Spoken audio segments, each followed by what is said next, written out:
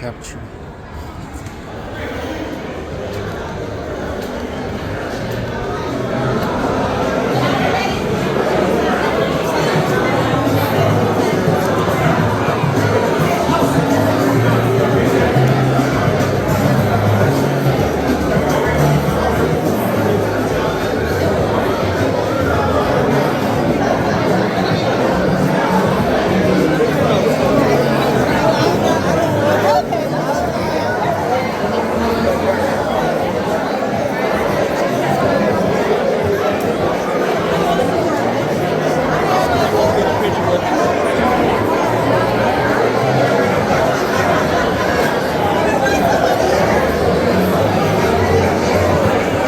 Lady Jade, for coming.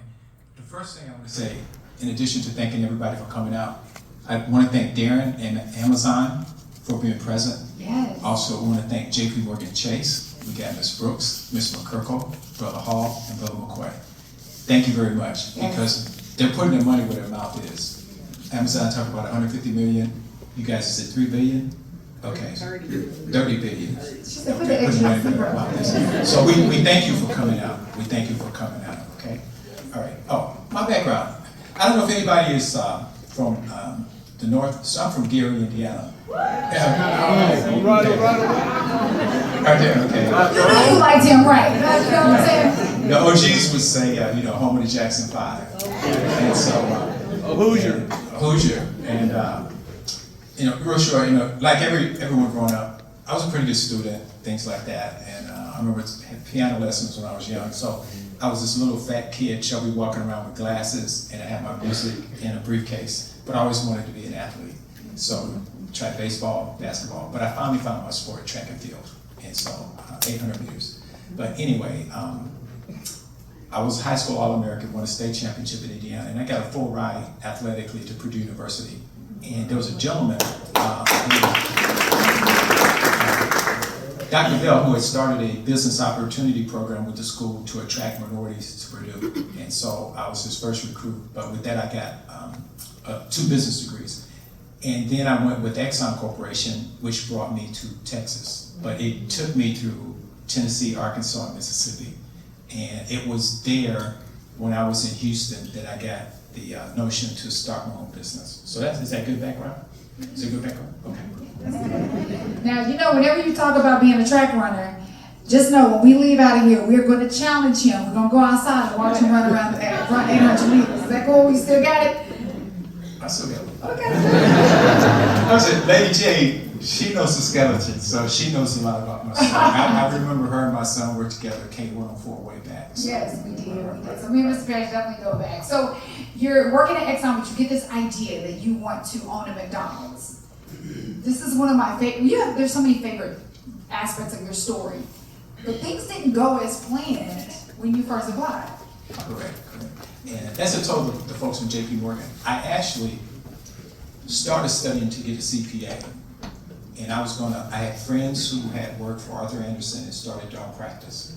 And because if you're going to sell something, you got to have a skill or something. So I actually started taking classes to sit for the Becker and the Becker to sit for the CPA. And I was going to work at night and on weekends for my friends that had to practice and work for Exxon during the day. And lo and behold, I walked into an office of a friend of mine who had an 8-page application to McDonald's. And his brother owned Burger King, so I knew he was for real. And I said, hey, let me have that. So I called Chicago and got application. I called the Houston office and got application. Filled one out in pencil, borrowed a typewriter, filled it off and mailed it. And I just knew, hey, I got me a McDonald's, So I remember I got the letter and I looked at it for a couple of days before I opened it. And man, I opened it, and you know what it said, right? Nope. Read chat. I think I might have it. There we go. So that letter is framed in my office. It's been framed, it doesn't even have a crease in it. So what happened was, and to make it quick, I would call every day, Monday, Wednesday, Friday for about a month. And Ruth Anderson is the name on the letter. And she was never in. So finally one day she came to the phone. And they said, just a moment, she's coming to the phone. So now I got to do an elevator speech. And I really hadn't practiced. So the first thing I talked about my 2 degrees, and she said, well, degrees don't work very well at McDonald's. At that time, they had 4 CEOs. The company started in 1955. None of the CEOs had degrees. They started as crew people. So then real quickly, I said, well, do you have any minority programs? She says, no, we don't have any minority programs. So I don't know why, but I started talking about service stations. So when I worked at Exxon, I was in finance, but I had to learn how to run a service station. Do you guys remember Full Serve? Okay. Anybody from Memphis? Okay. I was on 3rd and Elvis Presley. And I was like, if you remember Dudley Do-Right or Barney Fife, I reported to the dealer, and I had my shoe shine and everything. You know, his guys were like in jeans, but I had to work the pump out. Then from there, I ran a service station in Lehigh, Arkansas. I had the opportunity to meet Jerry Jones one time, and I told him, I said, Mr. Jones, you're from Arkansas. You know what Lehigh, Arkansas is? And he said he did. I said, how many stoplights? They don't have a stoplight on one stop sign. Then I went to Jackson, Mississippi. Anybody from Jackson, Mississippi? So I ran 15 service stations in Mississippi. But anyway, I started talking about service stations with with Anderson, and she didn't cut me off. Time clocks, uniforms, cleaning restrooms, landscape, customer complaints, Darren. And I wrapped it up with a blue-collar work ethic from my parents. So when my parents when we grew up with my dad, he had 2 boys. You guys know what a power lawnmower is? No gas. So his was boy power. And we had to And I told him, I said, when we finished, we had to sweep the grass in the street. So she said, you're not in. And it took me 9 months to get my application accepted to get in the program. And the last point on this, Lady Jade. So that's what I did for 2 years. To feed the family, I worked 50 hours a week at Exxon. I commuted 10 hours a week because I had to work at McDonald's. Anybody from Houston? 1960 and 45 was where I trained. So 25 hours a week free, not minimum wage. So I was working an 85-hour week, which got me used to working long hours. When did you sleep? Not much. But you know what? If anybody knows Houston, we lived in the Woodlands and I worked downtown. So I would sleep on the bus, but then you had to memorize everything. In McDonald's, you have to memorize everything. Like a case of fries is 36 pounds, 6 sleeves, 6 pounds, 6 sleeves.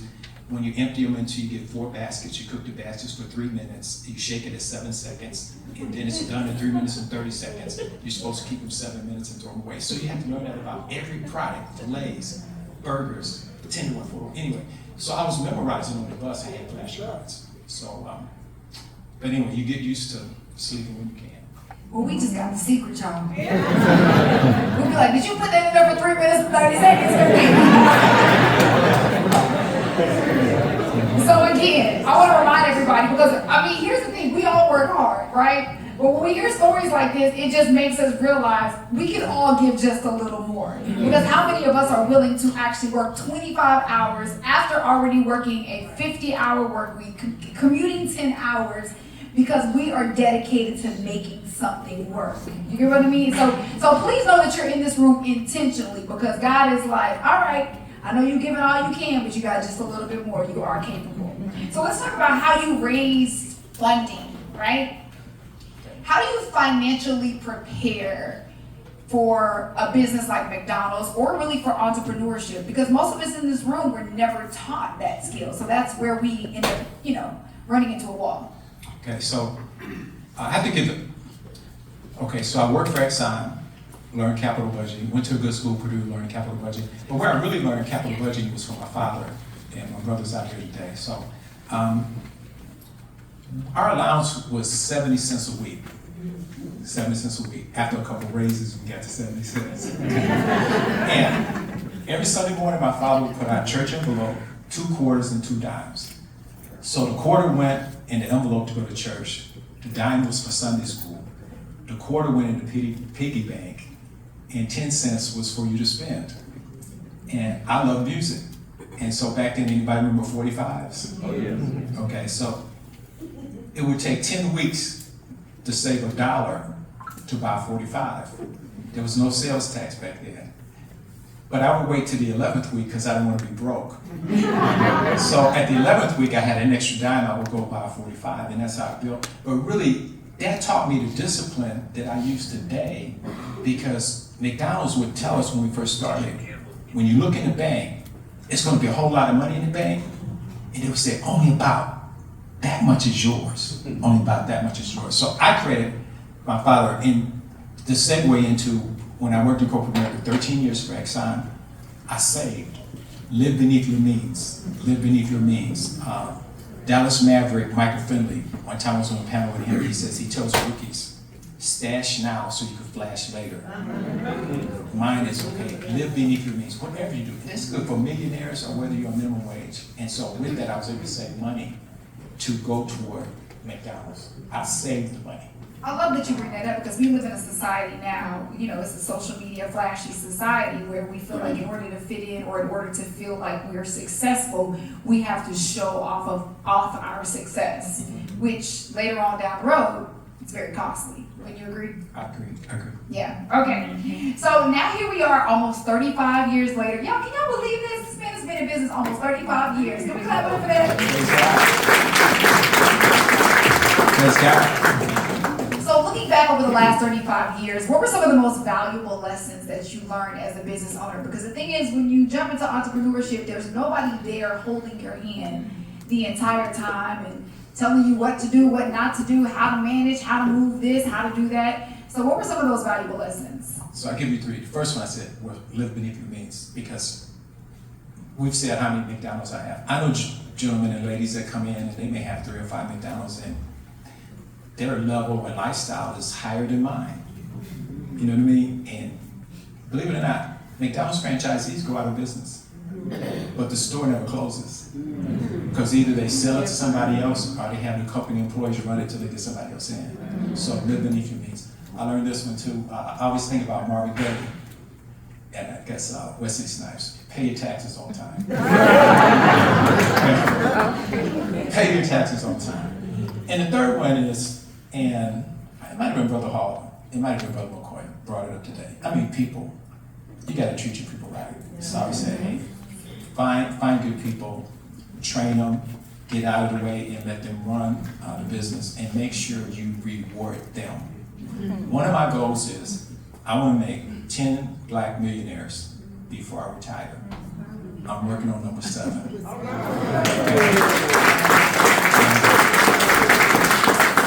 Not all of them are McDonald's, you know what I mean? And half of them don't have degrees.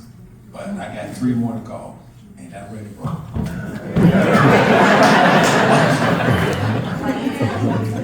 Okay, so Acts 20:35 says, it is more blessed to give than to receive.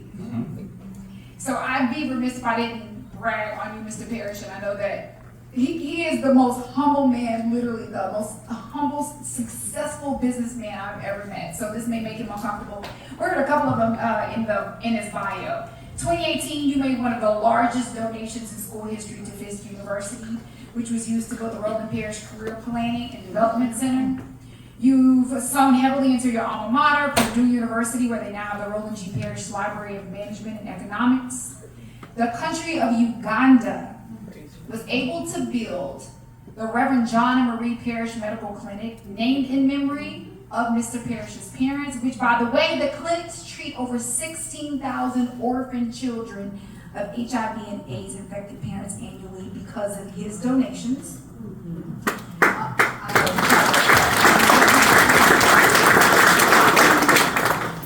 Locally, as we heard earlier, Mr. Parrish is the #2 investor in the Redbird Re-Image Project, which, if you guys don't know, is a mixture of, you have retail, office, hotel, community health clinics, and multi-family space on 95 acres in southern Dallas. And if that's not enough, Mr. Parrish,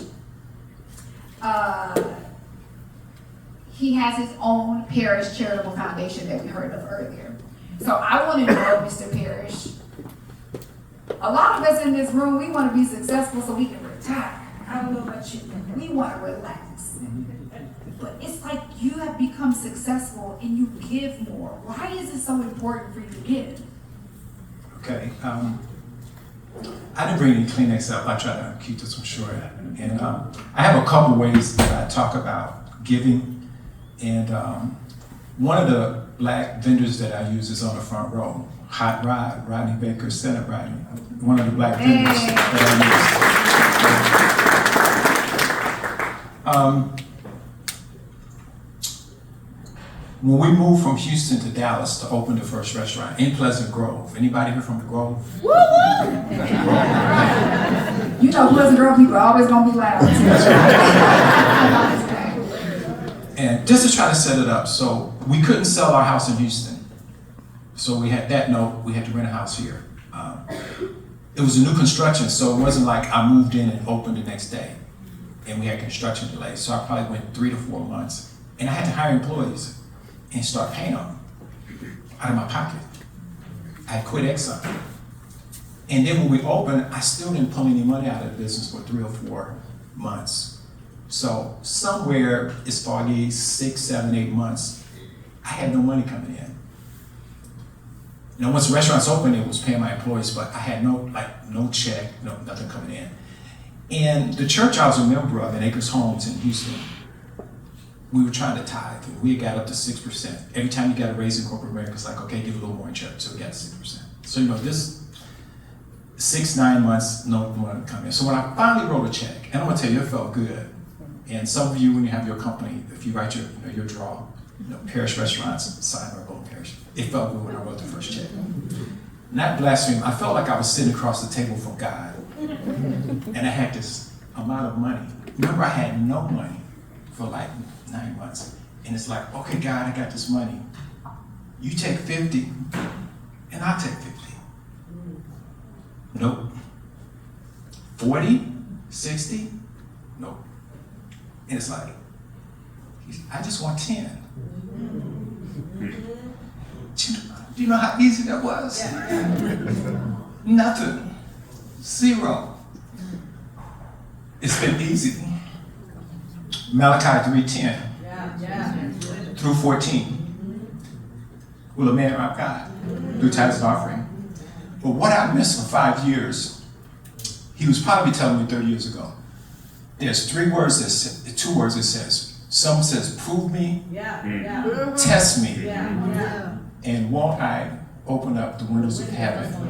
I didn't realize that until 2017. Prove me, test me. And that's what drives me today.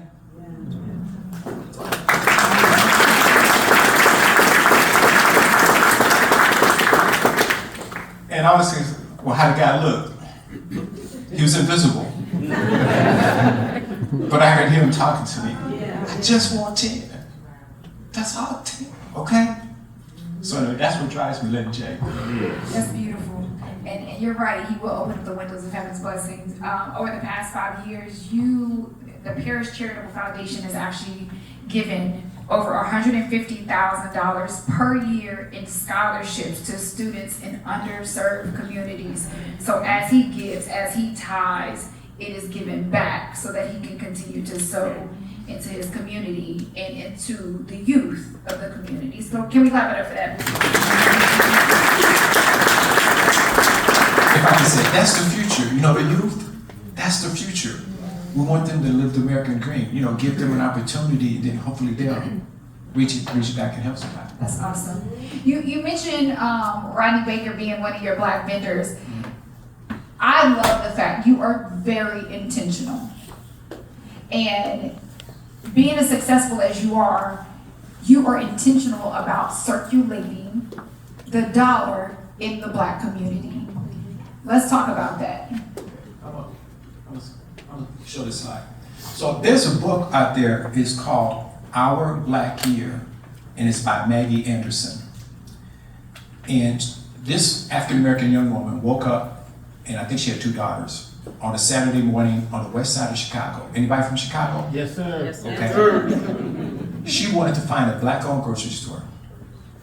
And this book goes, it took a year in Chicago for her to find a black-owned grocery store. But in the preface of the book, is what I'm going to give you. In the Anglo, Jewish, and Asian community, If you spend $100 retail, it's called economic leakage. Economic leakage. If you spend $100 in those communities, it's something like one is 16. I think the Anglo community, the Jewish community is 20 days, and the Asian community 30 days. That $100 stays in that community and churns before it exits. In the Black community, 6 hours. 6 hours. That's why that chart back there, I'm proud. Black CPA, Black Harvard trained attorney, Black payroll service, Black tax service. And I'll make a little tangent, then we'll go to the next slide, or the next comment. To me, the most humble man I know, I don't know if you eat at Williams Chicken, but you pass Williams Chicken, it's how about the Williams? I think I'm humble when I see Mr. Williams. That is a humble man. I was speaking to his franchisees. We have that relationship because we're in the consumer business. And I met a young man, he had vendors, and he said, my wife and I, we go to church with you. They had a pesticide service. So he does my pesticide now. And I don't know if I put him up there yet, but we're going to put him up there. Okay, so we got to do what we can to circulate dollars in the Black community. It's good for business. It's good for business. I love that you brought up Mr. Williams too. I got a chance to interview him. You know, his office sits in Oak Cliff next to his first Williams Chicken. So we were walking over to the Williams Chicken, and you know, there were some unhoused people out there. There was trash. He literally stopped. Now I'm trying to interview him, okay? I'm on a time schedule. I'm like, he literally stopped and spoke to everyone. He made sure, are you okay? Do you need food? There was trash in the parking lot. He literally sat there and picked up I'm like, Mr. Williams, we trying to get to, but he did not care. And you are spot on. You both, to me, and Ronnie can tell you this, I always say you guys literally are my two favorite people on this planet because you exemplify what servant leadership looks like. You truly, truly do. So thank you for that. Oh, go ahead. Let's get Lady Jade.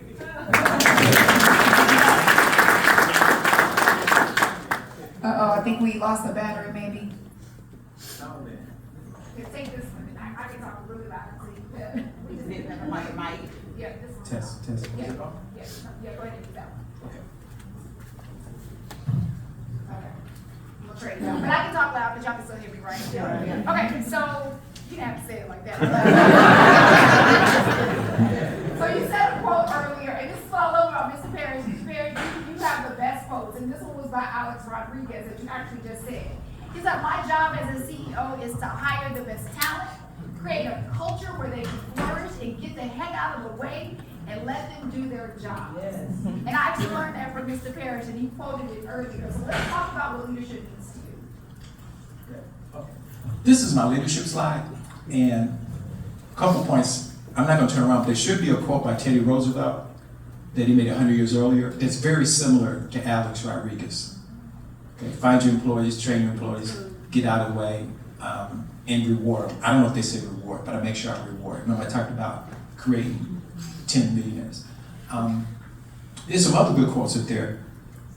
The one I think on leadership, when I think about leadership, and I've even mentioned it to my pastor, is if my employees can trust me and respect me, I can influence them to do the right things. I don't have to yell and scream and all that kind of stuff. You know, it's like if they trust me and respect me. And to me, the respect of my employees is very important to me. I've got employees, female that's worked for me 35 years that I've never hugged. Maybe once at a funeral. And just to show you know, the love and respect for them. There's another quote. If you end up having even several employees, and the guy's a little suspect now, but he was a great mayor for the city of New York. And this book is how he managed 9/11. Rudy Giuliani, how he managed 9/11. And I think it's just called leadership. But he has a chapter that's called Weddings Are Important, but Funerals Are a Must. And I've been to some funerals in some southern parts of Texas where my father said I was the only fly in the buttermilk. But I know I needed to go to pay respect. And those of us who are long-term employees. So, but anyway, that's from that chapter in the book. Weddings are optional. Funerals are a must. That's good. That's good. So it's important when we're building businesses to all have a why. Our why can't be money. Mr. Parrish, I want you to tell everybody what your why is. I think this is, whew, Lord, every time, it gets me every time. I think your why is probably one of the most beautiful whys. And you can always say this, if you don't understand where people have come from, then you can't always appreciate the now. So, do you mind sharing what we call your boot story? Okay. I don't know if anybody's here from Memphis, Tennessee. No Memphis, okay. So, go back to the Depression, black and white in your mind. My grandfather, Will Parrish, had been a sharecropper in Arkansas, and he came to Memphis along with his first cousin and best friend, Charlie Parrish. And he worked at a sand gravel pit, and the man, NFL team ownership, the man would lay out how many shovels he needed at something like 5 a.m. My grandfather would leave the house at 3 a.m. to walk 30 minutes. And they told me he didn't have soles in his boots. He put wire mesh in the soles. He didn't have shoestrings. He had wire. He had to take pliers to tie his boots. But he would get there an hour early. Because if the man only set out one shovel, he had a family to feed. And so I stand on his shoulders. Yeah. And you got a family story. You're trying to get in business, and that person, it may not be like that emotional for you, and it may have been successful, but I think about my grandfather. That's why, to work 85 hours a week, nothing. And he probably got paid 10 cents a week. Now, you know, that was in the 1920s, but thank God, he worked. Yeah.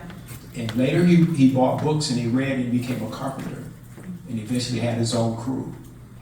He even had a business card in 1927. I got copies of it. Only 5 digits on the phone number. I think if you called from South Memphis to North Memphis, it was long distance. So anyway. Yeah. Thanks, Rodney. I'll have to look at his invoice. He may have that on the line. Handed you a clean. We good, Rodney? I needed to laugh, but learn a family story. Learn a family story, okay? Just learn a family story. That motivates me. But thank you, Lady Jade. Thank you. Don't y'all know his grandfather is proud? Yeah. Can we clap it up for that? That's legacy. That is legacy. All right, so what we're gonna do right now, if you're okay with that, Mr. Parrish, we'll take a couple of questions. I think we have just a couple of minutes to take questions from the audience. Now is your chance. We have Mr. Parrish here. If you all have any questions, we would love for you to ask him at this time, and we'll just take a few minutes. Making my way around. Hold on. Okay.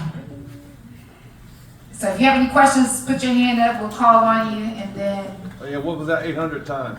And I ran 880 yards, so I'm converted to meters. Right. So in high school, I ran a 152.7, which was 4th in the nation that year. This was 1971. In 75, I ran a 148.3 at 800 meters. The world record was 144, and it qualified for the U.S. Olympic team. To go to the trials was 147.9. So it was only 4 tenths of a College or high school? Huh? Is that college or high school? No, college was 148.3. Oh, okay. Yeah, and that was only 4 tenths shy of going to like the 76 Olympic trials. Did you go to Roosevelt, Horace Mann? Which one did you go to in Gary? So in Gary, I would have been at Frable. Okay. Okay, so you're Gary, right? No, You know it. But I know, yeah, I'm from the southern part of the state, but Okay. I know it. Yeah, and I'm gonna tell you guys, going through Gary and track and field would be like coming through Dallas. And you get Carter, everybody, like all of the fast schools, Roosevelt, SOC, all of them. But I would go to Gary, and I was a champ in Gary. Won 2 regional titles in Gary, okay? Look, Mr. Parrish is humble till you start trying to on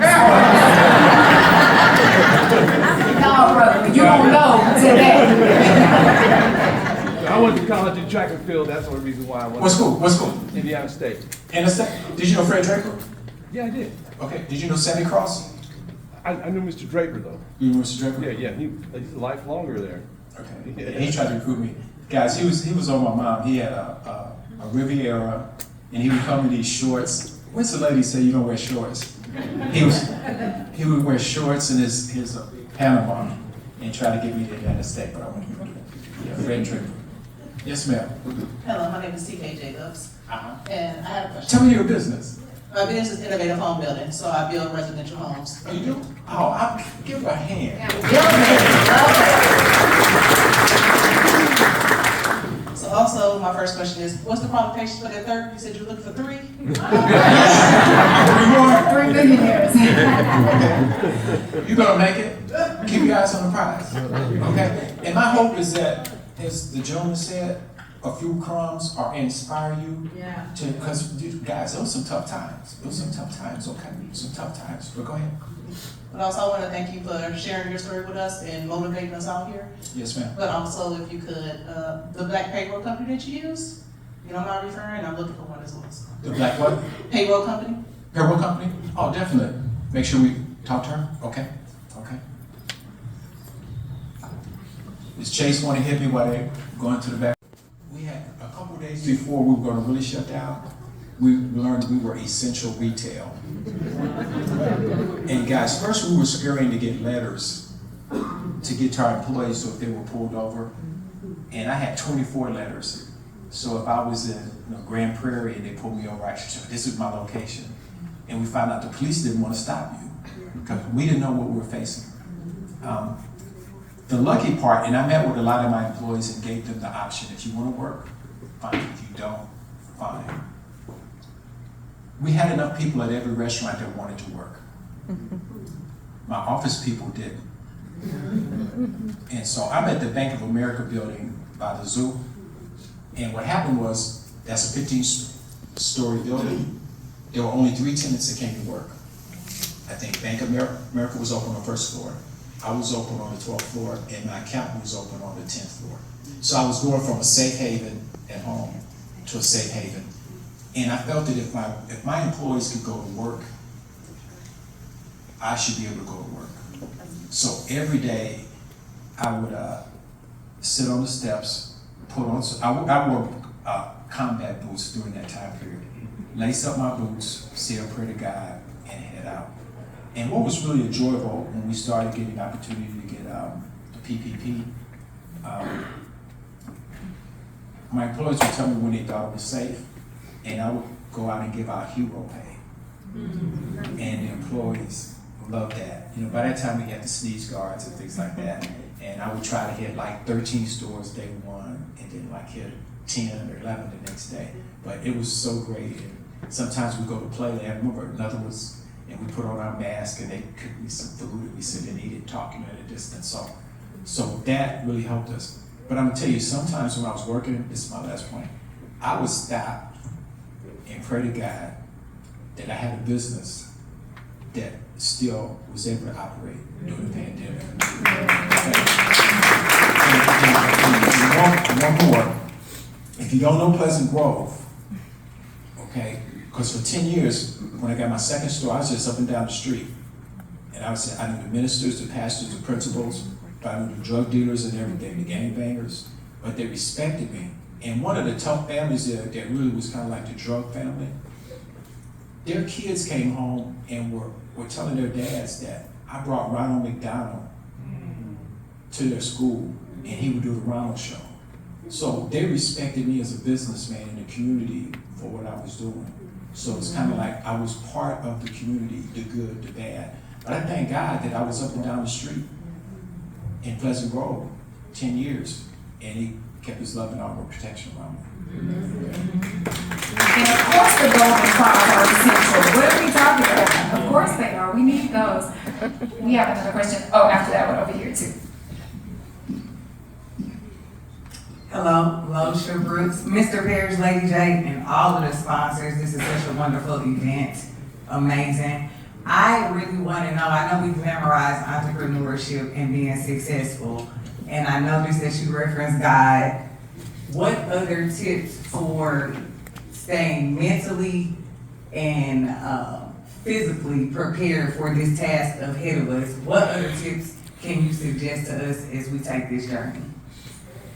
Okay, one, can I make this? There's a big franchising seminar going to be given by a lady named Taj Carter, and I'm going to get the information. I think it's in August. I know Lady Jade's going to interview me, but it's with the young brands at their corporate headquarters, and Taj Carter is African-American female, and she has programs to assist people to get in franchises. So we're going to get it to Kate, get it to you so you can put it on your web. Okay, and I think it's in August, but you're welcome. It's going to be like a 2 or 3 day exhibits and things like that. So, obviously, spiritually, I made sure that, and I couldn't go to church like every Sunday, so to speak. And there were times when I remember I might go pick up trash at a restaurant and do the maintenance on a Sunday morning, go to church, and then come back and work the rest of the day. So spiritually. I watched what I ate. I learned that I couldn't eat fries a lot at McDonald's, okay? Because I was gaining weight, cholesterol was going up and stuff like that. So I celebrate French fries in December. So in December, I tell you, we get some hot fries. We say shortly, but fresh out the grease. Yes. With some barbecue sauce. Cool, refreshing ice cold Coca-Cola. It's like, that's what I eat in December. So I watch what I ate. I still tried to exercise, and so, I run, I bike, I ride horses, and so I try to do those things. And my wife and family, I always tell them that they didn't have me around a lot, so we don't have a quantity-like relationship, but the quality. My kids, I remind them they don't have any debt from going to college. They never had a car note. My son has said, "Dad, I had one time." Okay, right. He's 40-some years old. So the family, I love music, playing music and listening to music, and so I just made sure I tried not to mentally get bogged down, but trying to stay physically in shape, spiritually in shape, and sometimes just get away. Even if when I was going up and down the street in Pleasant Grove, crank up the music while I'm riding down the street and just try to get away from it. Okay. Can I chime in on that as well really fast? I just recently heard a message. I was hosting an event on Friday, and Sarah Jakes Roberts came and spoke. And her message was all about acceleration, but it was saying that sometimes you have to slow down in order to accelerate. Mm-hmm. And it was an aha moment for me, because the world tells us you gotta keep going, you gotta keep hustling. You don't want to fall off. You don't want to become irrelevant. Like, there's one gear, go. You can sleep when you die. We have all these sayings. Yeah. And really, when we don't slow down, it's because we don't believe that God is going to provide, at least for me, right? And so sometimes we are working the business, but the business is not working for us. And I say this because most of us have not been taught systems. Most of us have not been taught foundation. Like, we just have a vision and a dream and we go get it, and we are working. Hard work is a part of the process, but we really haven't laid the foundation. So sometimes you have to be realistic, stop, slow down, figure out your systems, make sure you have all of those things in order, right? Because you can't do it. Ms. Parrish, can you cook the burgers, work the cashier, run the business? Can you do it all? Hey team, I learned that the first day. I went to cook the first burger for the first customer, and then run around the counter and like get the money, so I had the first $1, and I lost the $1. Delegation. Remember the sayings we talked about, Alex Rodriguez, you gotta get the employees. and then you can expand. But no, I can't. I learned that. You gotta delegate. So give yourself permission to slow down sometimes so that you can accelerate, so. Okay, maybe I want to get to perfect. Hi, my name is Yvonne Egodan. I work with Paylocity. I'm a growth market account executive, so I do payroll as well. And I work with CPAs too. I'm known to bring my CPAs lunches and brunches and all this. I'll spoil you. So. Second of all, I would like to sign up call deals for the 9th millionaire application. Me ninth. And last but not least, I actually work with the organization called Unwavering Unite, and I'm just starting as the director of operations, or I'll be the leader of all the leaders. And I was wondering, you keep saying that like how your employees respect you and you've gained respect. Have you ever dealt with like a difficult employee, and how did you like manage that, and how do you keep your cool, staying in character as a servant leader? Okay, I always tell the person that's under me, like whoever reports to me, I usually tell them I get angry once a year. Good cop, bad cop. So most of the time, they're supposed to be bad cop, I'm a good cop. I said, whenever I turn to be the bad cop, you gotta turn to be the good cop. But now I usually don't even go to that bad cop. I'm gonna give you 2 books where I learned how to handle a difficult situation. One of them is Lincoln on Leadership. The guy's last name is Phillips. Lincoln on Leadership. It's how he managed the Civil War. It's a real short book. And he had 7 generals, so he finally got the general that helped him win the war. The 8th general was Ulysses S. Grant. But there was a general that was always going to resign. He was always going to resign. And Lincoln said, put it in writing. And he put it in his pocket. In other words, he didn't accept it. So I had a very difficult employee one time who always was going to resign.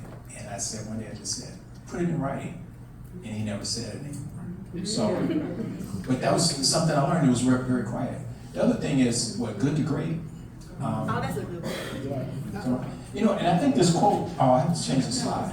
Harry Truman, I think it's on page 17, something like that. You can accomplish a lot when you don't worry about who gets the credit. That's in Good to Great. But also in Good to Great, it talks about, okay, you got your team. We're on this bus, and we got to go where we're trying to go. And sometimes, in Gary, I used to ride the bus. You pull the string, I don't know what you do on the bus now, and I'm not too good to ride on the bus, but you pull the string, the bell would ring, and the guy would pull over and you get off.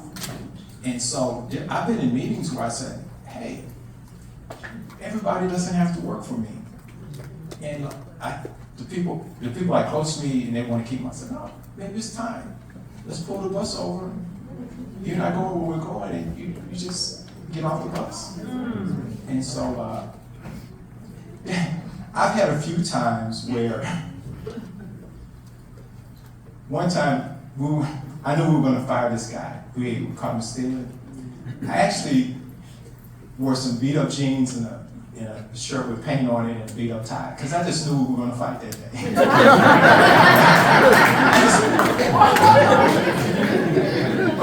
But we didn't. But most of the time, I just learned you can get a lot done by not saying a lot. I like stories where you can influence and you don't have, and I never have to get angry. So, but the Lincoln, I'm going to resign. Okay, put it in writing.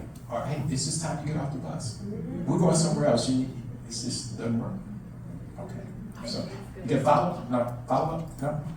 Oh, follow-up question? No, I thought you were, counterpoint. We have like 5 hands. I'll pass the 2 mic. questions maybe.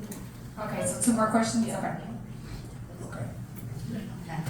First off, my name is Tina Caldwell, and my company is Bronze Rose Development. First, I want to say this is the 3rd time I've met you. I didn't know who you were the first 2 times I was introduced to you. The second time, I thought you was Ron Fry's brother, so that might ring a bell. Ron Fry? Yeah. You're looking brother? Yeah. And I wanted to give a backstory. You told your why, and I didn't realize my why till you said your why. Okay. I didn't realize that going way back would help me now.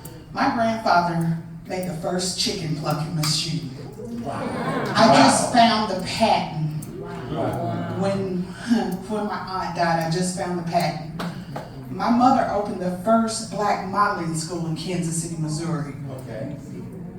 I have heritage, and I worked for a corporation for 22 and a half years. I worked for Quick Trip Corporation. Many of you patron Quick Trip. They proofed me, as I should say. You know how when you're a black woman and you work for an organization that's headed by the other people, they proofed me and proofed me till I couldn't be proofed no more. When COVID hit, I decided too many people's dying and I haven't filled my dream. So I decided to start my own company. Well, all the people who love my work and work with me and said, when you start your company, I'm gonna patron you. Well, as soon as I got the LLC, all of them said, well, do you have a man working with you? Who's over you? No, none of them would patron me. So I'm asking you because I'm a little older and I'm trying to kickstart my business without feeling so defeated because of the doors being slammed or the people saying, you know, telling you the fables that they will work with you and then they don't. I'm trying not to get discouraged and keep my confidence up. I know what I know and I know I'm good at what I do. I'm a project manager and I know I'm good at what I do. I just need someone to tell me where the niche is or what I need to do to keep going because I am getting so discouraged. First, my applause to your grandfather or great-grandfather. I don't know if I've had that answer. You know, sometimes you have to play the game. And I'm not sure as a project manager because you're selling a service, but I just tell you one thing I learned. So, you know, I got 24 restaurants.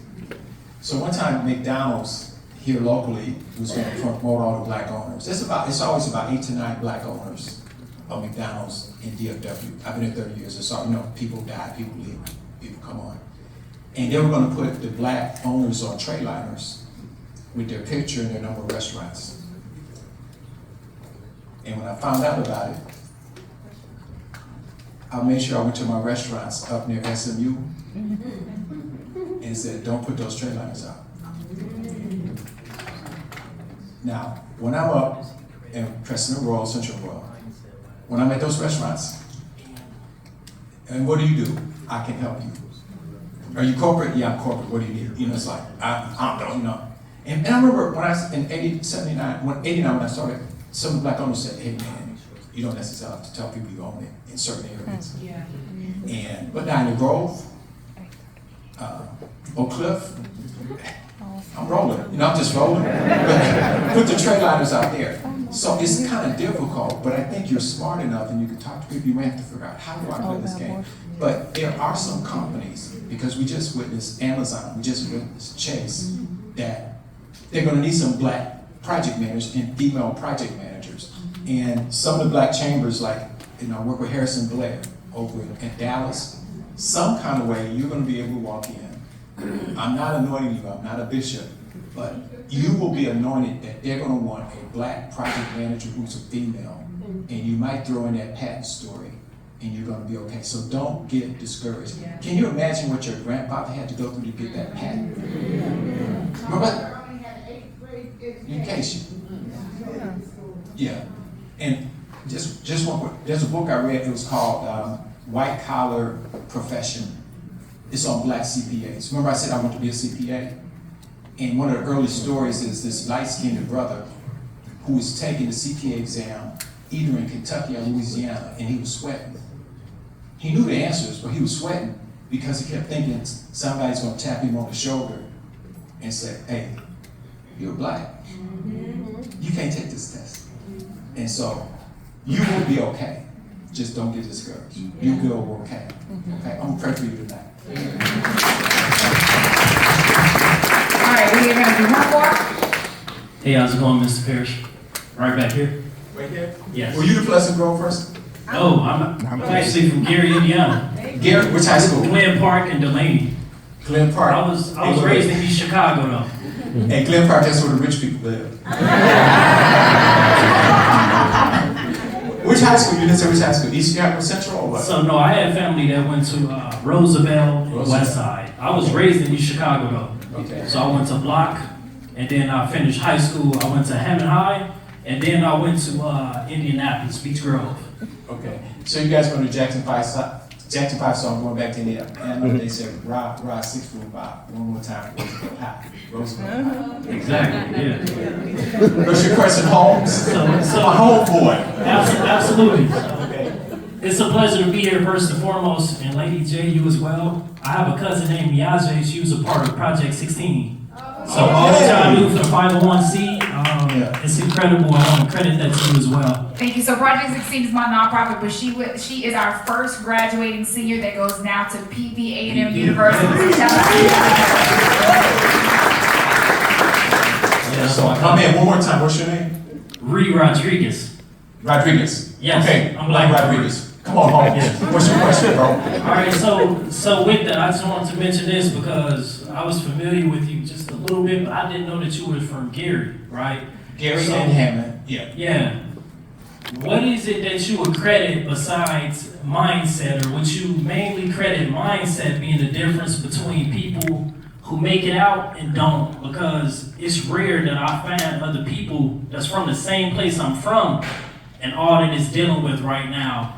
I also wanted to ask too, because I work in marketing, I'm a double major at UTA, and I work with a credit union.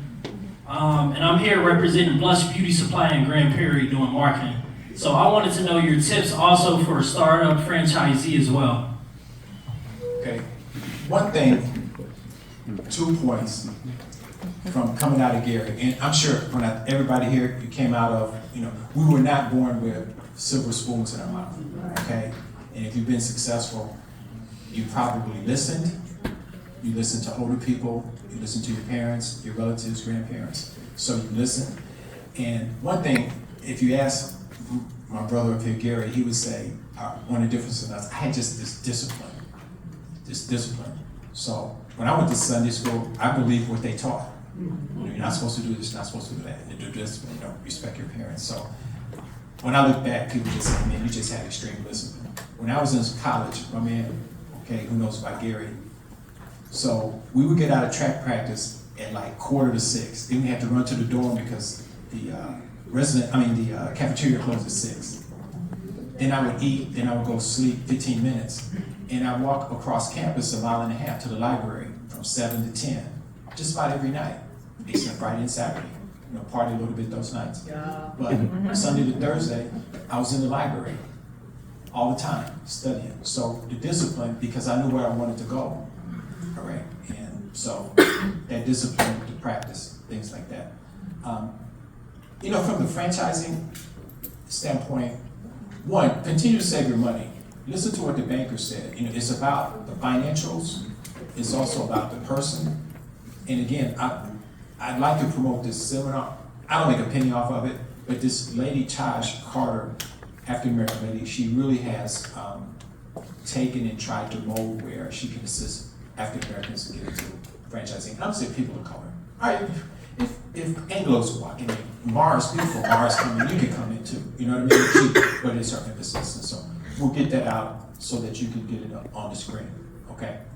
But discipline, stay on bended knee, respect your elders, respect everybody, and stay focused. Another thing people say, I was always focus, what I got to do. Thank you for your time. Hey, thank you, Holmes. Let's give it up for Lady Jade. Hey, we make a great partnership. She keeps the light, she makes me proud. We always have heard this saying, like if you want to be the anomaly, right, you have to be willing to do what everybody else is not doing. And they say, you got to be like Kobe. You got to be the first in the gym and the last to leave.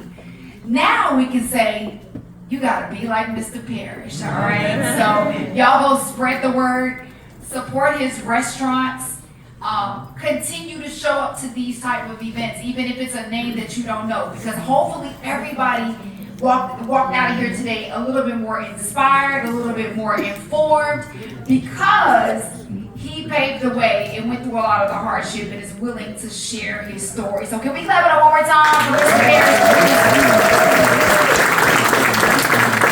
Thank you guys so much for having us. Mr. Parrish, do you have any final words? No, may God bless and keep you. You pray for my family, I pray for yours. So Amen. thank you very much. One more time. And y'all wait a minute. So y'all start leaving. Because we have waited worked this out. I got 10 more minutes of your time. I want these businesses to get the opportunity. They put their card in the bowl because they wanted a chance to pitch their business. I need 10 minutes of your time. Thank you, Miss Jade. Shake it up. Shake it up. Shake it up. Shake it up. And the city of Grand Prairie donated 4 passes. I don't know if you got a beautiful indoor water park at Epic Waters. So we have this prize. And then, okay, so we're going to do the pitch. While we're here in the holding place, I want Hush Blackwell. Are you guys still here?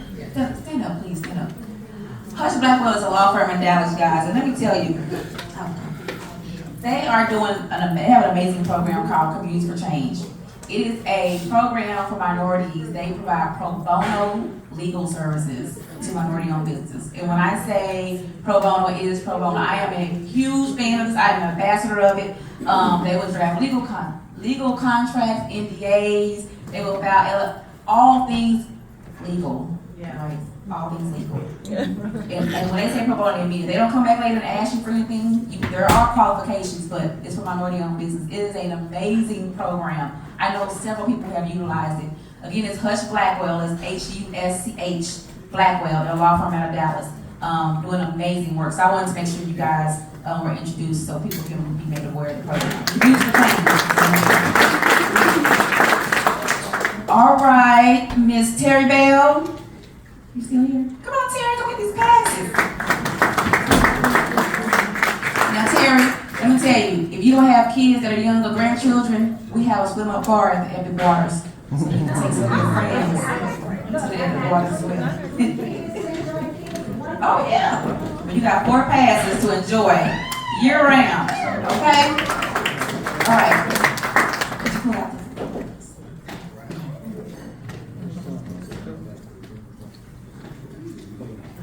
All right, so we got pitch. Terry Clark, Banta Black Television. Next card.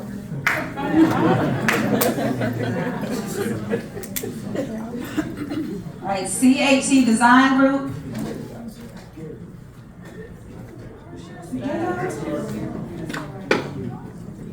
Man, you can't tell me to pull your paper down.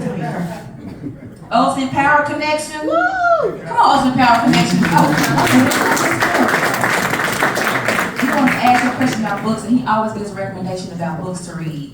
I do know the last time I heard him speak, he highly recommends Nipsey Hussle's book. Come on up here and give you a picture.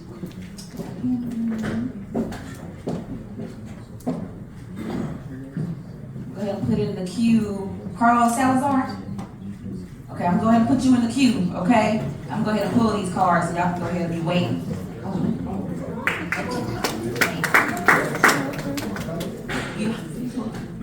Your Crowns Barbecue and Grill. We know you said barbecue, we know by your name, so we're going to give you one more person. EOS Entrepreneurial Operating System. Good. Good job. Okay. Hello everybody, my name is Candace Johnson. I'm a master electrician and an electrical contractor. I do all type of electrical work, residential, commercial, industrial. If you ever need electrical services, give me a call at 214-735-4657, or you can go to my website, www.theultimatepowerconnection.com. Thank you so much. Hello everybody, I'm Alex. So I'm here. I'm the number 10. I'm Judy the boss. I'm the number 10. I'm Judy the boss. So tonight I want to introduce our cocoa grill. It's a charcoal made from coconut. Healthy, more time to cook your brisket, and no sparks, no chemicals, 100% made from coconut shells. Also, we are recycling with Mexico in Mexico because they use coconut water. I have to use it. Okay. use the coconut water and they trash the coconut shell. We buy for a small price, and now we do charcoal. Whatever you need to do it with a healthy charcoal, cocoa green. Thank you. Thank you, guys. This is just a healthy product, chemical free. And if you like grilling and smoking, this is yours.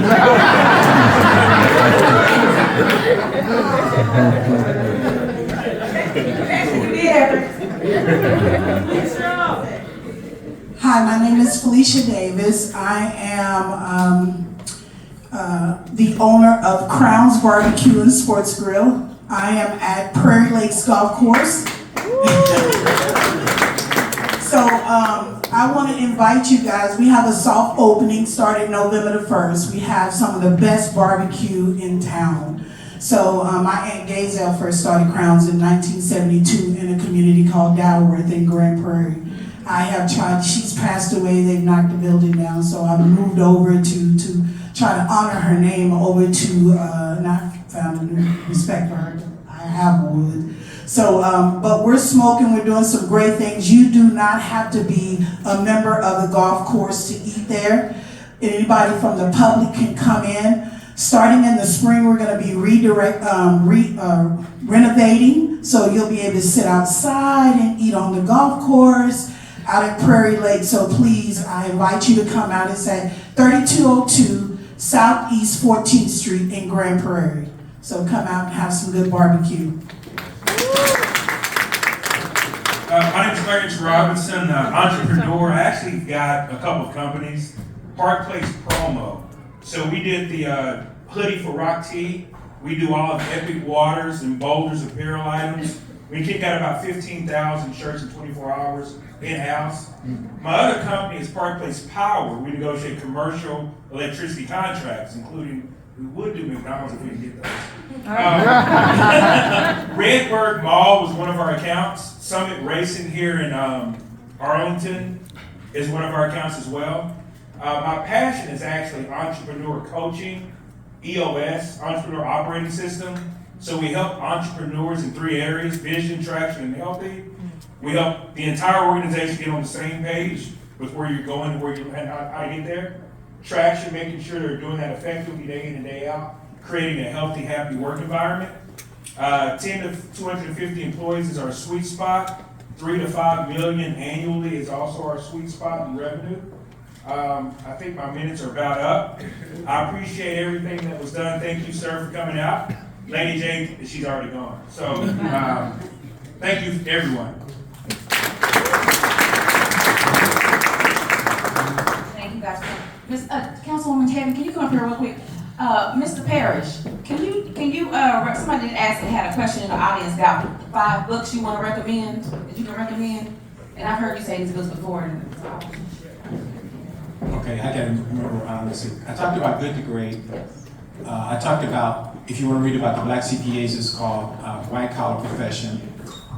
That's what else I talked about. I don't know if you want to read Rudy Giuliani's book, how he managed the 9/11. It's called Leadership. Nipsey Hussle has a book called The Marathon, and that's written by somebody else about Nipsey Hussle, because we just can't talk about business and go back to A.G. Gaston and Reginald Lewis. Oh, Reginald Lewis's book, Why Should White Guys Have All the Fun? I can keep naming the books. I don't remember which 5 I named. Did I miss any? Lincoln on Leadership is a good short paperback on just leadership.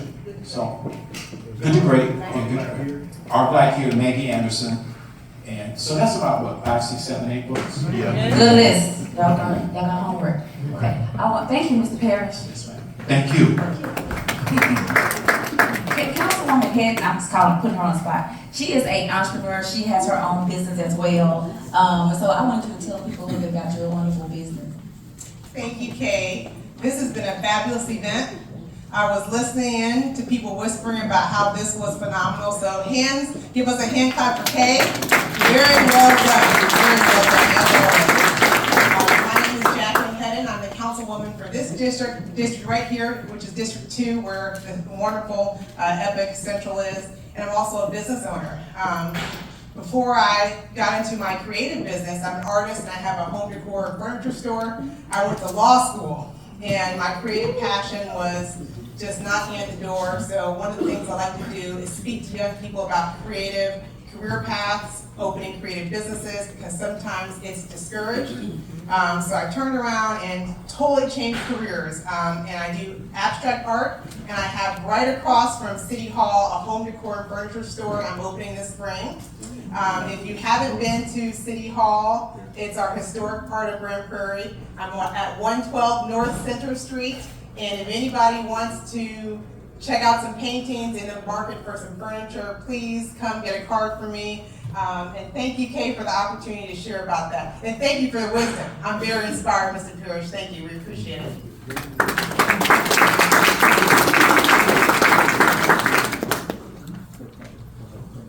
Okay, real quick, I wanted to give a shout out to some business owners that I invited to come today. Lady Jade already shouted out the caterer, so make sure you grab his card on the way out. It is Arnold with Vital Alchemy, and if you are vegan, he specializes in vegan food, and so I'm vegan, and so that's why I invited him, but y'all got a little bit of meat tonight. And also, Three Kings Media. They are up and coming, so make sure you get connected with them as well. I make sure I put Chase's money where my mouth is, and I support Black-owned businesses in the community. And when we have events, we like to make sure we include you. So make sure, again, you get connected, and we want to keep you in our ecosystem. Thank you, thank you. Good evening. How's everyone doing today? No, man, come on, don't do me like that, bro. Don't do me like that. All right, so, really briefly, my name is Rashad Raynar. In the community, I'm known as the voice of DFW. And I am providing the very last gift. And I've already done the drawing, but I'm gonna just talk a little bit about what I'm presenting today, all right? How many of you have ever played Monopoly? You ever played Monopoly? All right. Well, this is the only Monopoly game based upon African-American historical events. The name of the game is called Ebonyopoly. I was introduced to Ebonyopoly a couple of years ago, and had a chance to speak to the owner. By the time we were done, I was the spokesman for the game. And so not only am I the voice of DFW, I am also the voice of Ebonyopoly. And so we created the game. It's just like Monopoly. The only difference is in the properties. There are 4 different types of people that we created the game for. The first type of person that we created it for, people that just like to play Monopoly, that don't care anything about historical significance, they just want to have a good time. Look, I can tell you, I beat people up on this game just like I have on a regular Monopoly game, so if you just want to have fun, you can do that. Second, we have students in our schools that have this information being extracted from the history books. How are we supposed to get them that information? It's upon the parents, right? I have a 9-year-old, a 7-year-old, and a 5-year-old. Let me ask you a question. How do you talk to a 5-year-old about oppression? This is a non-invasive way to start a conversation that is very important to how they are going to grow. Third, high school graduates, individuals coming out of high school going into college. 75% of them are going to buy a Monopoly game in the first place. You might as well give them a game that's going to be significant to what it is that they're about to be exposed to, in corporate America. And fourth, finally, our allies, the people around us that don't look like us, that may not necessarily completely understand why we march. They may not completely understand the plight. They may be empathizers, but they just don't understand. You sit them down, play this game, it is a bridge and an opportunity to start a much needed dialogue, right? In addition to that, this is the only Monopoly game because if they come to you asking you about, I don't know, certain things about certain elements, instead of Baltic Avenue or Mediterranean, you have Spelman and Morehouse. All right. The railroad systems that they have, you have stops along the Underground Railroad, Harriet Tubman Way. There's also information on here about Nicodemus Avenue and Greenwood Avenue. Those are associated with Black Wall Street.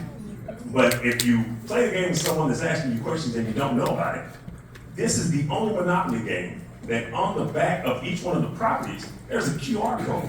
If you scan it, it will give you all of the historical significance about each one of the properties that's on this board. This is by far one of the best Monopoly games you're ever going to buy. And let's be honest with you, in our lifetime, we've all bought at least 1 or 2 Monopoly games.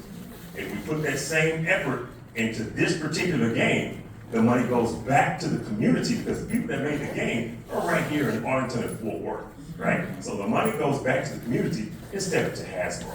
And so the individual that has, the individual that I pulled to win this particular game, hopefully she's still here because I think they took all the cards away, but Miss Erica Williams from Legal Shield. There you go. Give her a round of applause. Give her a round of applause. Thank you so very much. I really appreciate that, Mr. Bard. With it being close to the end of Black History Month, I wanted to just make sure that we came out and gave an opportunity to be exposed to it. If anyone is interested in hearing more about the game, as I said, I'm the spokesman. I'm also a distributor. Please feel free to reach out to me. But the last thing that we're going to talk about here, how many people here have been to a vendor expo? Have you been to a vendor expo? Well, I have some great news for you, all right? We have a huge vendor expo that is coming to the Metroplex. Anybody ever heard of Black on the Block? Anybody ever heard of Black on the Block? So, yeah. I talked to you guys. Oh, okay. Perfect. So have you already registered? No, but I also played Monopoly at Blackopoly at Will's house a couple of weeks ago. Oh man. So I've already played. It's really a good game. Look, I definitely appreciate it. Look, I'll cut you your check a little bit after, it's okay. But and so Black on the Block is a huge vendor expo. They started off in LA, right? It got so big they're doing it every month out there. Last year was the first time that they come to the DFW Metroplex. They went out in April of last year to Frisco. It did so well that they did it again in October. But the problem is, Frisco did what Frisco does, right?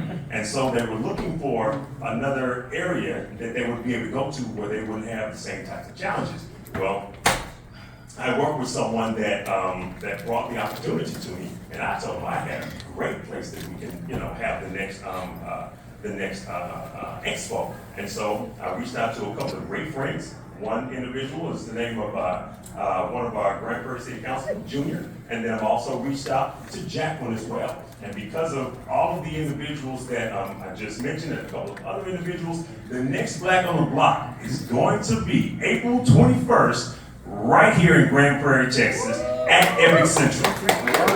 I guarantee this is going to be huge for the community. At the end of the day, we're going to be outside right next to the water that's out there. They've never been in an area quite like that. They're super excited. And the one thing that I can say, if anyone is interested in getting information about it, if you have Instagram, you can feel free to reach out to me, the voice of DFW, or just stop me, as we go outside. But I wanted to bring that up to you because we're going to have between 100 and 150 vendors. All right? And we are anticipating between 5,000 and 8,000 people that are going to be out here spending money, enjoying themselves, having a great time. And if you have a product, if you have a service that you are trying to get out and be exposed to certain elements, I guarantee this is going to be an opportunity unlike any other opportunity. I want to thank Jacqueline for your part in assisting with this. As I said, if you're interested, feel free to reach out to me. We thank you for coming out to the event tonight. I think Kate may already be gone. So one last thing that she wanted me to do, Roland, she wanted me to have you to come back up on the stage so you can take a picture here with Jacqueline. But I think without further ado, yes, please do. Thank you. Black on the Block, yes. Registration is still open. It is product specific, less so services. So if you met anyone today or you have a product, please have them to register. It's a great opportunity to get your product in front of lots of people and buyers. There'll be live music, there'll be food trucks. April 21st, it will be great. I also want to shout out Crown's Barbecue. Came up here, they're still here. I just tried their food for the first time. They serve the city council. It is amazing right here in Brentford. Please support them in Black business. And lastly, Kate unctioned me to come up here, and I didn't say the name of my business. That's shameful. That's 101. But you have the mic, so go right ahead. Interiors by Jacqueline. My name is Jacqueline, Jacquin. And I think an encouraging thing I wanted to add that we are starting businesses within our purpose, our God-given purpose, our gifts make room for us. So I left the legal profession, started something new by faith, and I am testimony, our gifts make room for us. So hopefully you guys will encourage, if you're just starting, to keep going, to keep pressing, because I did hear some people left jobs to do what they're really inspired to do. So keep going, and God bless you. Okay, and we thank everyone for coming out today. This is going to be the conclusion of it. I will say, if you were inspired by what you heard from Mr. Parrish, you should definitely go check out his documentary, This Wall Must Come Down. If you think you were inspired by what you heard off of that, go take a look at that documentary. And without further ado, from the voice of DFW, make sure you enjoy the rest of your evening. Thank you.